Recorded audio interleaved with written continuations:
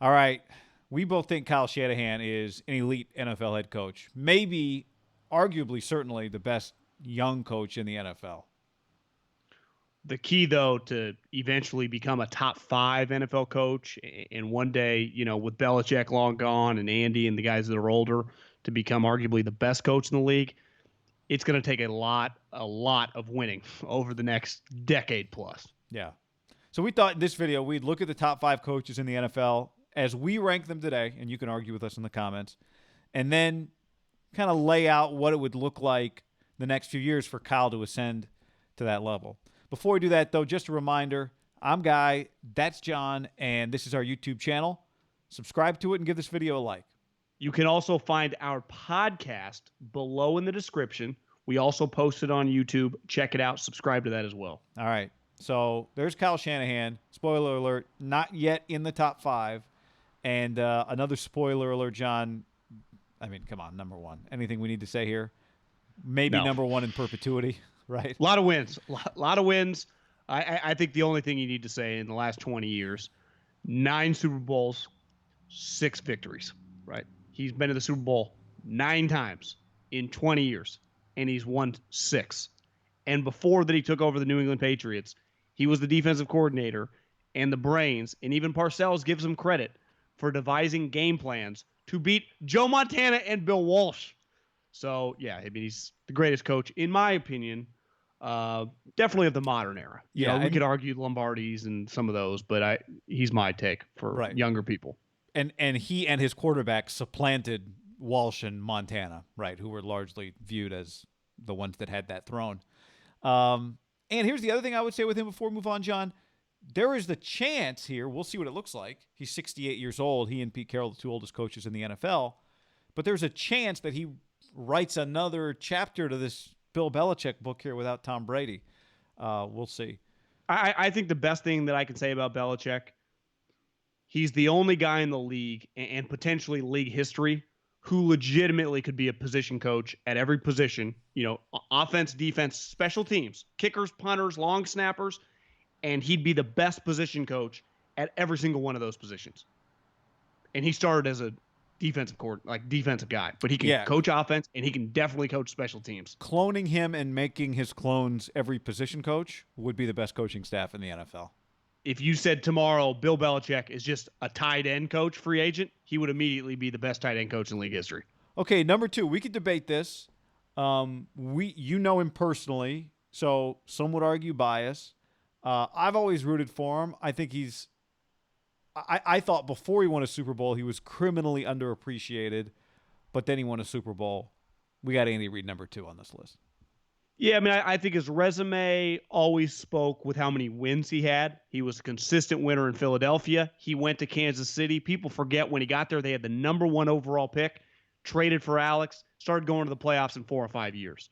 Now, you've seen when he gets Mahomes, it's gone to a completely different level the last 2 years. AFC Championship, an offsides away from going to the Super Bowl. And I think it's fair to say they would have beat the Rams. I mean, the Rams scored 3 points against the Patriots. It turns out that AFC Championship 2 years ago was the Super Bowl. And I mean, partly that was Belichick that held the Rams offense down, but I probably would have. My point is, I'm taking Mahomes, Andy Reid, MVP over that Rams team looking back, but he ultimately gets it this year. To me, 200-plus wins, 15 playoff victories. Now, the cherry on top, and I think this is where we elevate him to feel good about putting 17-3 off a bye. Is the Super Bowl victory, is the game changer. And I think it's fair to say that victory, and I think it's, for Niner fans, it's not. But if you are going to finally get over the hump and be in a situation like him, I would take the way they did it over just a blowout victory, right? Down 10, fourth quarter, miraculous comeback. And I think he's now a Hall of Fame coach. He might be 18-3 off a bye. And I would have put him in the Hall of Fame without the Super Bowl. Okay, number 3, you and I, this was a difficult one. I think there's probably 3 guys you could put at this spot. We went with Sean Payton here. Anyone that's been listening to us for a while knows that we tend to give ties to a play caller when it comes to head coach debates. And so that's why we've got Sean Payton here, number 3. 131 and 77 in his career. That is also with 4, 7, and 9 seasons. Remember, he had the stretch earlier in this decade where their defense was hideous. Now, these last 3 years has kind of been a muscle flex for him. I mean, he was a shitty call away 2 years ago from going to the Super Bowl. Last year, he got upset in the first round. 2 years ago, it was a Minnesota Miracle. That wasn't ideal for him. But he is an elite play caller. You talk to people in the NFL, they think, him and Andy as head coaches before Kyle's kind of established himself are the two best. What he's done with a shitty franchise. I mean, when you and I were growing up, they were called the Aints. The Aints. Paper bags and over he's your made head. them Yeah. a perennial contender. He won a Super Bowl. And think about, to me, the Super Bowl victory, he beat Peyton Manning, right? I mean, the team they beat that's an impressive victory. I think to go onside kick to start the second half of the Super Bowl, I do give him a lot of credit for that. And the other thing I would say, the 7 and 9 years, I guess to some degree hurt him because there are some coaches, one in particular who's going to be on this list in a second, who has not had a losing season, and we give him credit for that. But the one thing I would say about Peyton to balance out those 7 and 9 years, John, is when he's good, his ceiling is as high as anybody's, right? When his teams are good, they are 13-win juggernauts. True Super Bowl contenders. I know the Packers were in the NFC Championship game last year. I thought the Saints were better. I think you agreed. That's the way it works. That's sports, whatever. But I would say this about Sean. When his teams are good, the sky is the limit for the Saints. And I do think when you look at Andy and Peyton, part of being a excellent coach for a long period of time means you're going to the playoffs, right, every year. Well, they only each have 2 total Super Bowls. You're going to have some devastating losses. Last year, losing to the Vikings in the first round was a pretty big kick in the dick. A couple years ago, Andy losing to the Tennessee Titans and Marcus Mariota, who's now a backup at home, was a pretty shitty loss. A couple years previously, they had lost to the Pittsburgh Steelers at home. Like you're just gonna have some rough losses as part of going to the playoffs. Next up, Pete Carroll. His first 2 years at Seattle, John, were 7 and 9. He's only had one single-digit winning season since starting in 2012. It's been double-digit wins every year. The worst year was 9 and 7. The 2 Super Bowl appearances, and really ruled. Ruled a conference isn't fair, but for a period of time, played a style of football that I think we really loved watching in terms of the physicality. And the other thing I would give Pete credit for, Middlecoff, you go to the Super Bowl, you win it. You go back, you have a heartbreaking loss. You come back, you still have back-to-back 10-win seasons. You have to kind of flip the roster because this is just what happens.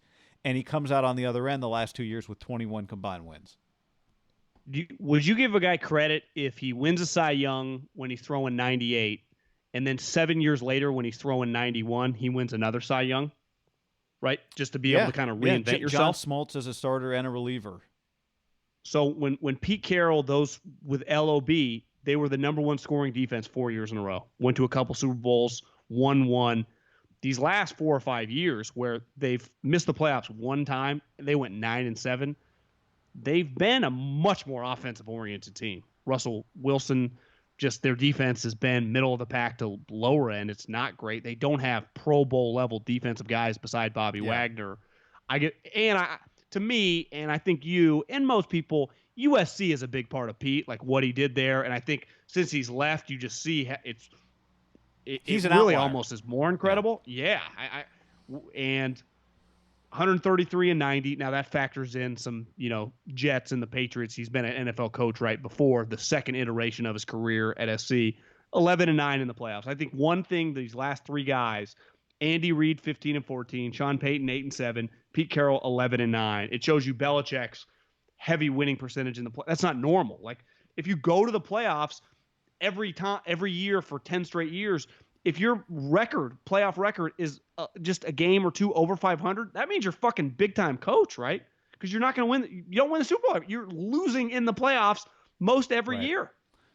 And that brings us to our next guy who has been in a lot of playoff games. This was a tough one too. We went with Mike Tomlin here at number 5. I think for him, probably he seems like he's always at the center of like a debate of like this, him and John Harbaugh, like what do they do exactly? Here's what he does, Johnny wins. 3rd longest tenured coach in the league in that stretch. Well, in terms of active coaches, he's 3rd in winning percentage, but McVay's ahead of him, and he just hasn't been coaching nearly as long. So I would say Tomlin has the third best winning percentage of active coaches behind Andy and Bill. And he's got 2 AFC champions. I know they happened early, but he's got 2 AFC championships in this Belichick era, which is really significant. And he's the guy we reference, has not had a losing season. 8-8's the worst he's done in Pittsburgh. What was the Don Shula stat? In 31 years, he had 2 losing seasons. Yeah. I mean, this guy has 0, right? And I think he's 8-7 in the playoffs. He has as many playoff victories as Sean Payton. Now, several of those came early on in his career. He's had some, like the other guys, like I said, the Jacksonville loss a couple years ago at home, pretty big kick in the dick, right? I mean, you have some bad losses in the playoffs. I think over the last 12 to 18 months, though, he's actually earned extra credit with everything that happened to the guy that burned his feet off, right? And Antonio Brown and the debacle that was. And then, so it's like, damn, Mike Tomlin handled Antonio Brown all those years. How the hell did he do that? I also think then Roethlisberger, Tommy John surgery, and you're like, oh, what the hell are they doing trading a first-round pick for Minka Fitzpatrick? They're going to win 3 games. Well, what happened, guy? They went 8-8. And it was like, they didn't just go 8-8. They went 8-8 with Mason Rudolph and a guy with the first name Duck. Incredible season. I think to your point on AB, as time has gone on, it's turned out that Ben Roethlisberger probably, we would guess, has not been I don't know if he's been hard, but he hasn't been the easiest quarterback probably behind the scenes to manage, right? So, and there's never any, I mean, it's just constantly smooth. Now, he did try to trip a player. Yeah, it was Baltimore Ravens rivalry. He said he didn't see him. Didn't see him, John. Didn't the guy score anyway? Was it Jacoby Jones? But anyway. It was Jacoby Jones, yeah. So, all right, there's our 5. Now, you could argue, should John Harbaugh be here? Remember, didn't Sal Alosi do that once upon a time as Jets? Well? I feel like his was a little more overt. You could argue, because remember, Mike was just looking at the video board. I didn't think he put his foot out. He was just standing on the white chalk, just standing there.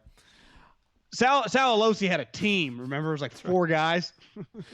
And that was for like guys. Wasn't that for guys on like punt, like running down and getting caught up in the guy? Yeah, it was bad. It was bad. So anyway, we innocent until proven guilty. Big Mike Tomlin fans here. You go Harbaugh, Arians, Peterson, McVay, Vrabel, Zimmer, McDermott. These are all other guys that we consider here that Kyle Shanahan's going to have to get past. I mean, I think when you look at this, John, half of the league is 32 NFL head coaches. 16 of them are 50 or older. 16 of them are 49 or younger. Dan Quinn will turn 50 in September. The average age of the NFL is 50. So when you look at Kyle Shanahan's contemporaries, guys in their 40s, there are 11 coaches in their 40s, so about a third of the league. I think he is the best of that group, okay? Now, McVay's not in his 40s. Well, actually, sorry, of the youngest group, because Tomlin's in his 40s. And on the top 5 list, right, 2 are 68, and what's Andy, 61? So you have an older 62. Group in the top 5. 62. Yeah. So it's no spring chickens here. You would say of the guys in their 40s, I think you could argue Kyle's second, or the guys 50 and younger, honestly. So half the league, you could argue Kyle is second. We would put Tomlin. Maybe you would put McVay, but we'd put Kyle. So I think you could argue he's second among coaches 50 and under. How old is Mike Tomlin? 48. God, that's what happens when you get your job at 34. Well, and that's what the Niners hope they have, is you feel like Kyle Shanahan's been there forever and he's not 50 yet, right? And I would have guessed. I would have been like, yeah, Mike Tomlin's 53. Right. But you're right. He got the job so young that even though he's been there over, 14 years, he ain't even – that's incredible. It is. That really is. It's what happens when you get hired by the Steelers. Is he going to – You're like, damn, he's been there 20 years. They're another 15. Yeah. So what does Kyle have to do to get into this group? Because, if you said there's a owner draft and they're going to draft coaches, to me it would not be crazy for Kyle Shanahan to be a top 5 pick with all the things you consider. But the accomplishments for this group, it's just too long to justify putting Kyle ahead of these guys. They all have rings. So you can't do that. But once you get after the top 5, I think there is kind of a line there. Now, some people would say maybe the line is after John Harbaugh. Legitimate. I mean, he's had a lot of success. But I do think you could put Kyle ahead of him right now, but that would fly in the face of kind of what we're talking about here. His accomplishments have been really impressive. Well, you would say one thing Kyle is going for him, the day and ages of Mike Tomlin, Pete Carroll, and Belichick. Belichick's somewhat of an outlier because I think technically he's the defensive coordinator now. Pete does neither. Tomlin does neither. Most guys getting hired in recent memory are play callers, not as many just overall CEO types, right? The John Harbaugh. Now, you could push back and say, well, Joe Judge is that guy now. Ron Rivera plays that role. Matt But Rule. I always lean Matt Rule's a CEO type coach. So maybe it's like it's all cyclical. It goes back and forth. Kyle's a play caller, and I will be shocked if he ever relinquishes that duty, right? Like that is his best skill. Now, maybe one day if he grooms McVay like Kubiak got with Kyle, like just another Kyle that he feels comfortable making the guy. But that is his, like that's the reason he is Kyle Shanahan, the play caller. I'll be shocked if he ever gives that up, guy. It to me would have to feel like what Andy Reid has felt like in Kansas City, right? Where he has guys who are his OCs who become head coaches, but this is part of the joy that he gets out of the job. Biggest reason I think the biggest reason Andy flipped it back when he got to Kansas City is he relinquished his I can't be the GM too. There's too much going on. And while Kyle I think plays a bigger role in personnel than Andy does now in Kansas City, which is crazy to say because if Andy wanted unlimited juice, he'd have unlimited juice. But he gave it to Dorsey. He gives even more now to Veach because that's just his guy. I do think Kyle's relationship with John Lynch is growing. The more they hit on players, he can focus more on football. Now, he hasn't had coaching staff turnover. That's one thing all these guys have had. They've lost a ton of coaches. Right. And offensive coordinators, defensive coordinators. Good. I mean, fucking head Dick coaches, LeBeau, countless players. Right? Dan Quinn. But even guys that aren't quote unquote like losing, for Belichick, Matt Patricia and Brian Flores, we can nitpick them all they want. Like that's just like Kyle hasn't had that. He just has not had that like to head coaches, which it's inevitable if you keep having success. He's 23 and 25. Now, the first couple of years, they did not win at all. I would say he already has 2 playoff wins. Like, I'll say one thing back to Vrabel. Vrabel already has 2 playoff wins. Like, you start, you go, how many playoff wins does McVay have? Well, McVay's got 2. The first year he made the playoffs, he lost in the first round. And his offense at its best has been number 1 or number 2 in the NFL in back-to-back years. So he's had high ceiling. Right, he has maximized his offense, and even last year when they were down, he was 11th in points. I think Kyle's comp is weird to say. I think it's closer to Andy than Sean Payton, because I think Sean Payton is probably a little bit more of a red ass, and with players, I wouldn't necessarily call him a players coach, but I wouldn't call him like Bill Parcells either. But he is a Parcells guy. Remember, Parcells is who he learned under. I'd say Kyle might be a little tighter is the wrong word, but maybe not as loosey-goosey always as like Andy. And when I say loosey-goosey, I just mean Andy's kind of universally always happy with his players. Warmer. But I think Kyle, the older he's gotten, has kind of gives off that vibe more and more the way you talk to players. I think it's kind of a mixture, I would say, personality of those two guys, right? I agree, and I think it's a mix that will wear well over time.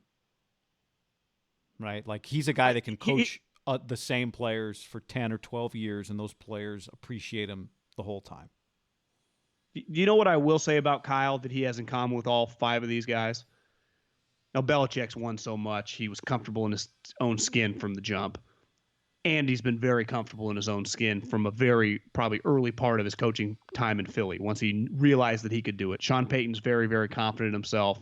Pete Carroll, remember when he got the SC job, he kind of did some introspection and realized, I got to be me. I can't try to be other people. I got to be me. Mike Tomlin is really an outlier, kind of like Sean McVay. They were so comfortable in their own skin at fucking our age. It's incredible to do that in the NFL. And part of that probably is for Mike Tomlin working under Dungy, being around the Lynches, the players, and Herm Edwards. He just had kind of a front row seat from some pretty high-level guys. Kyle's a lot like that. Very, very comfortable in his own skin at a young age. And I do think that helps because you'd say a lot of the Belichick guys over the years, like, it doesn't feel like they know who they are. That's always been a testament to the Andy tree. It's like Ron Rivera, Doug Peterson, Matt Nagy. I think they learned from Andy. Just be like, as Matt Nagy, be you. Yeah. Like, don't try to be something you're not. And I think Kyle's naturally just Yeah, himself. and I would think as confident as he was when he came in, he has to have gained confidence these last couple of years. Just the more that players believe in him, because he does, I think, get players to believe in him pretty quickly, given the way we hear them talk about him. Clearly, they do. But I think because he's a play caller, he's able to put people in positions to be their best, and I think players see pretty quickly. I would say, John, for him to get into this kind of top five.